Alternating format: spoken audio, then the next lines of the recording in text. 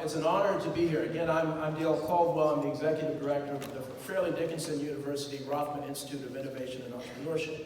And I want to kind of add to the wonderful discussion this morning to really talk about entrepreneurship. As many of you know, and many of you have a business, some of you are in procurement, but others are selling directly to the public, that entrepreneurship has not been valued the way that it should. America was a startup corporation, yet so many businesses are struggling. We have a program called Veterans Launching Ventures where we help veteran businesses develop their business plans. We help to support them once they're up and running. We help them with kind of identifying some financing. But many of the challenges that these businesses have faced relate to public agency procurement, some of the requirements of municipalities, some of the issues that, and frankly, some abusive issues about small businesses. So one of the things I wanted to talk about, there are 2.5 million veteran businesses in the United States of America. 58,478 of those businesses are in New Jersey. Veterans are 45% more likely to start their own businesses over non-veterans. The veteran businesses in America generate an amazing $195 billion in annual payroll and $1.1 trillion in receipts. Yet so often, if you look at some of the hurdles that you have to go through with government, you think that small businesses are an add-on. Most people in America and New Jersey are employed by small businesses. So one of the things that we're doing at the Rothman Institute, working with Jeff and the Veterans Chamber, is to really become a voice of entrepreneurs. To really kind of push some policies and other things and to support what Jeff is doing already.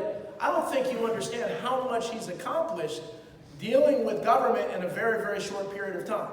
When Jeff and I had lunch and he was telling me this, I think New Jersey is the only state where veterans have to pay to register for a business. And as a former Deputy Commissioner of the Department of Community Affairs and know a lot of the legislators, it's not that they're bad people. The challenge is that people do not know the plight of veterans, the plight of entrepreneurs. One of the things that I've often said to folks is that I wish every legislator in the country had to make payroll.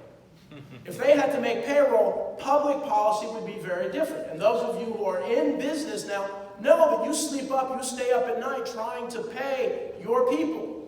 Many of you pay much more than the requirement to really support your people.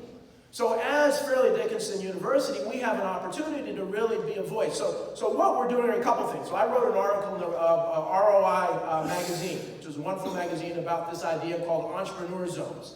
The governor's office, NJEDA, asked me to submit a white paper on that. And the whole idea, and this applies for veteran, minority, and other businesses, is that certain zones in New Jersey are dedicated so that investments in businesses in those zones, and it could be the Fort, it could be urban areas, it could be Main Street, would get tax breaks so that these small businesses can actually get the financing they need to grow.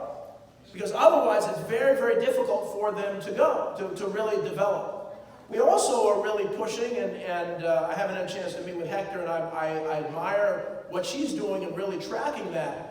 But we believe it should be public, that every public agency in New Jersey should report how much money they're spending with veteran-owned businesses, with minority, women-owned, local New Jersey businesses. We believe that you don't have to mandate it, but transparency will provide opportunities for every one of you that are business people out there. The other thing is that one of the things that we're doing, in addition to our Veterans Launching Ventures program, we've developed an entrepreneurial mindset program to really help folks who may not be entrepreneurs, but to really succeed in the business world, to really use the entrepreneurial mindset you get when you come out of the military to be very, very successful. But we're also doing video interviews. We are really encourage you to reach out to us. My email is dcaldwell@fdu.edu. We want to hear some of the success stories of veteran entrepreneurs, but we also want to hear some of the hurdles. Because we can get right to the government agencies, to the